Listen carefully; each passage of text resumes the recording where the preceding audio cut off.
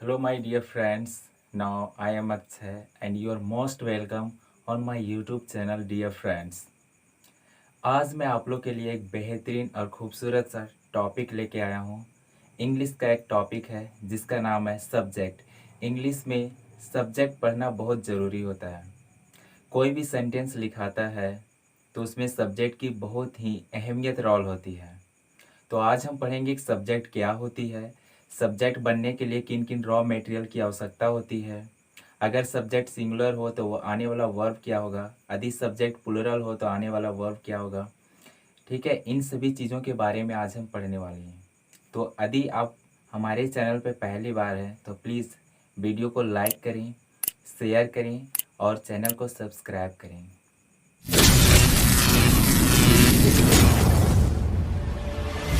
तो चलिए आज हम पढ़ते हैं सब्जेक्ट। SUBJECT subject.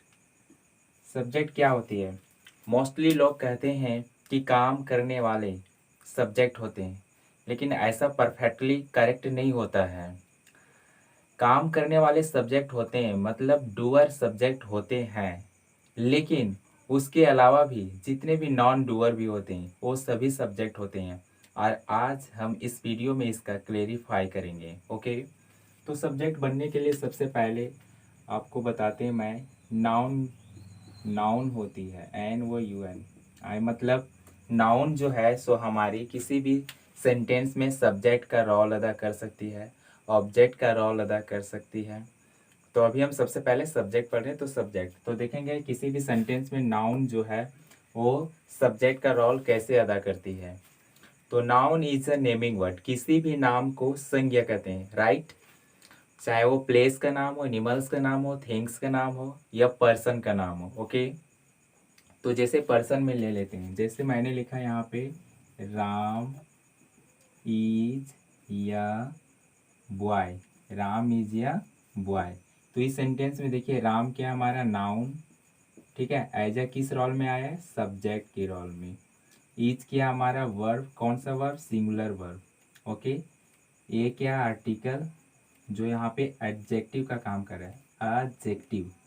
बॉय क्या है? नाउन जो यहाँ पे ऑब्जेक्ट का काम कर रहा है। ओके, तो मैंने बताया कि नाउन जो है सो सब्जेक्ट का रोल अदा करता है। तो इस सेंटेंस में देखिए राम जो है सो नाउन है, यहाँ पे एज अ सब्जेक्ट का रोल अदा कर रहा है। मैं एक सेंटेंस और भी लेता हूँ, ठीक है। This cat is yours. This cat is yours. यह बिल्ली आपकी है या यह बिल्ली तुम्हारी है, ठीक है। तो इज यहाँ क्या है? सिंगुलर वर्ब, ठीक है। कैट क्या है यहाँ पे? नाउन, ठीक है। किस रोल में आई है? सब्जेक्ट के रोल में। और मैं आपको एक खूबसूरत सा बात बताता हूँ, किसी भी सेंटेंस में, किसी भी इंग्लिश का सेंटेंस में वर्ब से पहले जो वर्ड आते हैं वो हमेशा सब्जेक्ट होते हैं। जी हाँ मेरे दोस्त। तो इस सेंटेंस में देखिए इज क्या वर्ब, इससे पहले क्या आया? कैट। तो कैट यहाँ पे क्या हो गया? हमारा सब्जेक्ट। इस सेंटेंस में इज है वर्ब, इससे पहले क्या आया? राम। राम यहाँ पे क्या हो गया? सब्जेक्ट। अब मैं आपको बताता हूँ प्रोनाउन। प्रोनाउन भी किसी भी सेंटेंस में सब्जेक्ट का रोल अदा करती है, ऑब्जेक्ट का भी रोल अदा करती है। तो सबसे पहले सब्जेक्ट आपको बताता हूँ, प्रोनाउन, ठीक है। Pronoun NOUN। प्रोनाउन का डेफिनेशन क्या होता है मेरे दोस्त? प्रोनाउन का डेफिनेशन ये होता है कि प्रोनाउन वह शब्द होते हैं जो नाउन की रिपीटेशन को रोकते हैं। जी हाँ मेरे दोस्त, नाउन की रिपीटेशन को जो शब्द रोकते हैं उन्हीं शब्दों को हम प्रोनाउन कहते हैं, ठीक है। मतलब नाउन के बदले में आते हैं वो तो सही है, लेकिन नाउन की जो रिपीट होती है बार बार सेंटेंस में, उस रिपीट को रोक देते हैं और उस नाउन के जगह में जिन वर्डों का प्रयोग किया जाता है उस वर्ड को हम प्रोनाउन कहते हैं। जैसे आई, we, you, he, she, they, we, okay, yourself, himself, themself, okay, his, her, anybody, somebody, everybody, ये सभी हमारे क्या होते हैं? प्रोनाउन होते हैं। जी हाँ मेरे दोस्त, ठीक है। तो जैसे एग्जांपल लेते हैं, ही इज या टीचर। ही इज या टीचर। ओके, तो ही क्या है हमारा? हमारा यहाँ पे प्रोनाउन किस रोल में आया मेरे दोस्त? सब्जेक्ट के रोल में। जी हाँ, सब्जेक्ट के रोल में। इज क्या हमारा? Singular verb. ये क्या हमारा? आर्टिकल। ओके।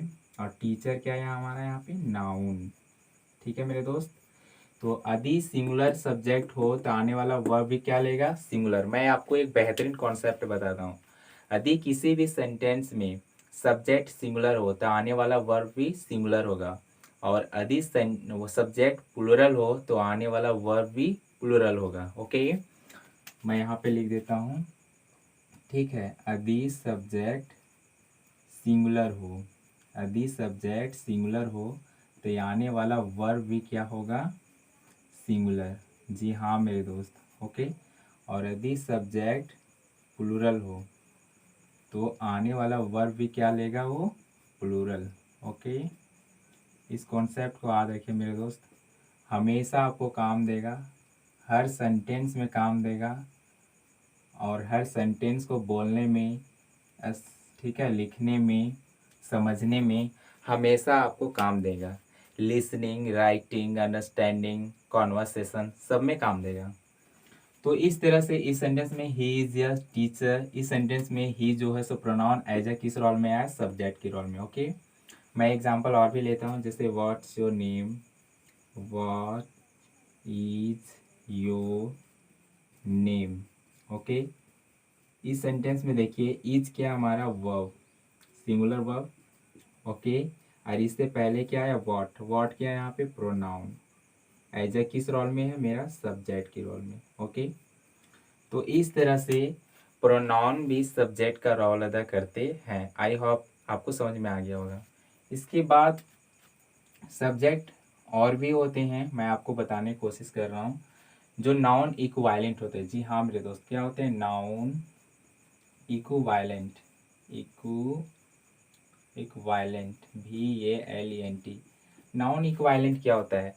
वैसे शब्द जो नाउन की तरह काम करते हैं। जी हाँ मेरे दोस्त, जो नाउन की तरह काम करते हैं उसी को हम नाउन इक्विवेलेंट कहते हैं। और नाउन की तरह जो काम करते हैं वो दो शब्द होते हैं, एक जीरंड और दूसरा इन्फिनेटिव। जी हाँ, जीरंड क्या होता है? V1 + ING होता है, और इन्फिनेटिव क्या होता है? 2 + V1 होता है। चलिए मैं आपको सेंटेंस के माध्यम से समझाता हूँ। तो मैंने एक बताया आपको जीरंड। Okay, GERUND, gerund. ये क्या होता है मेरे दोस्त? V1 + ING है। जी हाँ, V1 + ING। और एक होता है इन्फिनेटिव, INFINITIV, इन्फिनेटिव। ये क्या होता है मेरे दोस्त? 2 + V1। जी हाँ, क्या होता है? 2 + V1। ओके, तो मैं पहले जीरंड का एग्जाम्पल समझाता हूँ। जैसे कि मान लीजिए हम लिखते हैं smoking, smoking, smoking is injurious, injurious to health, to health. Okay, to health. Okay, या for health. Smoking is injurious, for कर दीजिए, फॉर हेल्थ, HEALTH। इसका मतलब हुआ कि धूम्रपान स्वास्थ्य के लिए हानिकारक होता है। जी हाँ, आप देखोगे सिगरेट का जो पैकेट होता है उस पैकेट के ऊपर लिखा रहता है smoking is injurious to health या फॉर हेल्थ। ओके, तो इसका मतलब हुआ कि स्मोकिंग यहाँ पे क्या है? हमारा जीरंड। क्या है मेरे दोस्त? जीरंड। ओके, एज ए किस रोल में आया है? सब्जेक्ट के रोल में। ठीक है, इज क्या है? Singular verb. ठीक है, हेल्थ यहाँ पे क्या हमारा? नाउन। ठीक है, और फोर या तो यहाँ पे टू भी रहता। ठीक है, स्वास्थ्य के लिए हानिकारक होता है तो यहाँ पे क्या हो जाता है हमारा? ये फोर प्रेपोजिशन। ठीक है, तो इस तरह से हमको ध्यान रखना है। तो इस तरह से देखिए कि किसी भी सेंटेंस में जीरंड भी है सो सब्जेक्ट का रोल अदा करता है। मैं एक और एग्जांपल लेता हूँ, जैसे walking, walking is good, walking is good. टहलना अच्छा है, टहलना अच्छा होता है। ऐसे भी हम मॉर्निंग वॉक सब लोग ही करते हैं जिससे हमारा सेहत क्या होती है? अच्छी होती है। तो इस सेंटेंस में वॉकिंग जो है हमारा सो जीरंड है। जी हाँ मेरे दोस्त, क्या है? जीरंड। किस रोल में आया है ये? सब्जेक्ट के रोल में, ठीक है। इज क्या है हमारा सिंगुलर वर्ब और गुड क्या है एडजेक्टिव, ठीक है। तो इस तरह से जो जीरन भी होते हैं वो सब्जेक्ट का रोल अदा करते हैं। मैं आपको इन्फिनेटिव का एग्जांपल देता हूँ।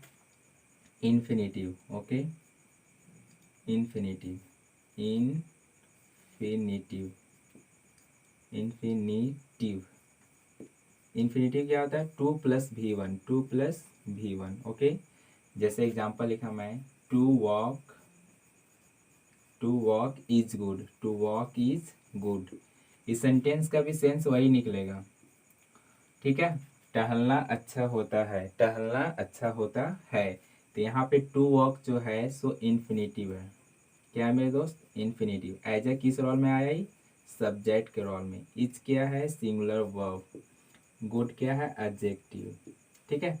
तो इस तरह से इन्फिनेटिव जो है सो किसी भी सेंटेंस में सब्जेक्ट का रोल अदा करती है, ठीक है। मैं आपको एक और एग्जांपल बता सकता हूँ। जैसे कि मान लीजिए, ठीक है, to swim, to swim is good, ठीक है। तो यहाँ पे टू स्विम क्या है हमारा इन्फिनेटिव, जो किस रोल में आया है, सब्जेक्ट के रोल में, ठीक है। इज क्या है हमारा वर्ब, गुड क्या है एडजेक्टिव। इस तरह से आपने देखा, ठीक है मेरे दोस्त, आपने देखा कि सब्जेक्ट बनने के लिए कौन कौन से वर्ड यूज किए जाते हैं। तो सब्जेक्ट बनने के लिए हमारा नाउन वर्ड होता है, प्रोनाउन होती है, नॉन इक्वालेंट के समान यानी जीरंड होती है और इन्फिनिटिव होती है। मैंने 4 चीज़ आपको बताया। आई होप आपको क्लियर समझ में आ गया होगा। मैं आपको एक और भी बताता हूँ। सब्जेक्ट डूअर भी होती है मेरे दोस्त और नॉन डूअर भी होती है। चलिए मैं बताता हूँ आपको। Subject SUBJECT, okay. तो सब्जेक्ट क्या होती है हमारी, डूअर भी होती है जिसको हम लिविंग बोलेंगे, LIVING लिविंग। और एक होता है हमारा non living, non living, okay. जो नॉन डूअर होगा, नॉन डूअर, DOER। और जो लिविंग होगा वो क्या होगा मेरे दोस्त, डूअर। क्या होगा, डूअर, ठीक है, डूअर होगा। तो इसका मतलब हुआ कि लिविंग थिंग्स आप जानते होंगे, सजीव। सजीव क्या होते हैं, जो खुद से कोई काम कर सकते हैं, सांस लेते हैं, अपनी जैसे संतान पैदा कर सकते हैं, उत्सर्जन करते हैं, एक स्थान से दूसरे स्थान तक जाते हैं, उसी को हम लिविंग थिंग्स बोलते हैं। और नॉन लिविंग थिंग्स क्या होता है, जो ये सभी काम को नहीं करते हैं, ओके। तो डूअर का मतलब हुआ वह व्यक्ति, वह पशु, वह जानवर जो खुद से अपना कोई काम कर सकता है, उसी को हम डूअर बोलेंगे। और ख़ास बात यह है कि जितने भी डूअर वाले सेंटेंस होते हैं मेरे दोस्त, वो हमेशा टेंस का सेंटेंस होते हैं। जी हाँ, वो हमेशा टेंस का सेंटेंस होते हैं। और नॉन डूअर वाले अधिकतर वॉइस का सेंटेंस होता है और वो पेसिव वॉइस होता है। और टेंस का सेंटेंस जितने भी होते हैं मेरे दोस्त, वो हमेशा एक्टिव वॉइस में होता है। जी हाँ मेरे दोस्त, एक्टिव वॉइस में होता है, ठीक है। बेहतरीन कॉन्सेप्ट आपको बताया। एग्जाम्पल के माध्यम से मैं आपको बताता हूँ। जैसे मैंने लिखा यहाँ पे, ठीक है, यहाँ पे एग्जाम्पल लेता हूँ। We play cricket, we play cricket, CRICKET। यहाँ पे वी देखिए सब्जेक्ट है, प्ले क्या है वर्ब, और क्रिकेट क्या हमारा नाउन। तो इस सेंटेंस में बोल रहा है कि हम क्रिकेट खेलते हैं, हम क्रिकेट खेलते हैं। तो क्रिकेट खेलने का काम हम खुद से कर रहे हैं, तो डूअर हुए ना, खुद से एक्शन कर रहे हैं, खेलने का काम खुद से कर रहे हैं, ठीक है। तो इस सेंटेंस में वी जो है सो सब्जेक्ट है, एज ए किस रोल में, डूअर के रोल में, यानी खुद से काम कर रहा है, ठीक है। और यहाँ पे देखिए जैसे मैंने लिखा, या पेन इज ब्रोकन, या पेन इज ब्रोकन, इसका मतलब हुआ कि कलम टूट गई है। तो या पेन यहाँ पे क्या, इज देखिए वर्ब है, मैंने बताया था वर्ब से पहले जो वर्ड आते हैं वो सब्जेक्ट होते हैं। वर्ब से पहले क्या है, या पेन, तो ये क्या हो जाएगा हमारा सब्जेक्ट, ठीक है। और ब्रोकन क्या है, वर्ब का थर्ड फॉर्म। और मैं आपको तगड़ा कॉन्सेप्ट बताता हूँ। अगर पेसिव वॉइस आपको पहचानना हो ना, तो सबसे पहले आप उसमें ढूंढिए कि वर्ब का थर्ड फॉर्म है या नहीं।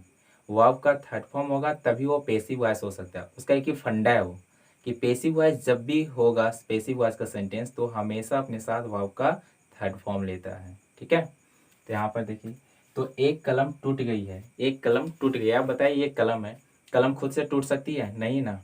इसको यदि हम तोड़ेंगे तभी ये टूटेगी। तो इस कलम को तोड़ने के लिए काम मैंने किया, ये खुद से कलम अपने से तोड़ने का काम नहीं की, इसलिए ये जो कलम है यहाँ पे सो नॉन डूअर है। इस पे काम हमने किया तो मैं डूअर होता हूँ, जबकि ये यहाँ पे नॉन डूअर है। तो इस तरह से ये जो सेंटेंस है हमारा सो पेसिव वॉइस का हो गया। जी हाँ मेरे दोस्त, कौन सा वॉइस का? Passive voice. ठीक है, पेसिव वॉइस। जब मैं वॉइस पढ़ाऊंगा तो आपको बताऊंगा डिटेल से। और ये जो सेंटेंस हो गया हमारा सो टेंस का हो गया। जी हाँ मेरे दोस्त, टेंस का सेंटेंस। तो आई होप मेरे दोस्त आपको सब्जेक्ट समझ में आ गया होगा। सब्जेक्ट क्या होती है, सब्जेक्ट बनने के लिए किन किन रॉ मटेरियल की आवश्यकता होती है, सब्जेक्ट डूअर होती है, नॉन डूअर होती है, दोनों का यूज़ मैंने बताया। सब्जेक्ट बनने के लिए नाउन, प्रोनाउन, नॉन इक्वालेंट सब कुछ आती है।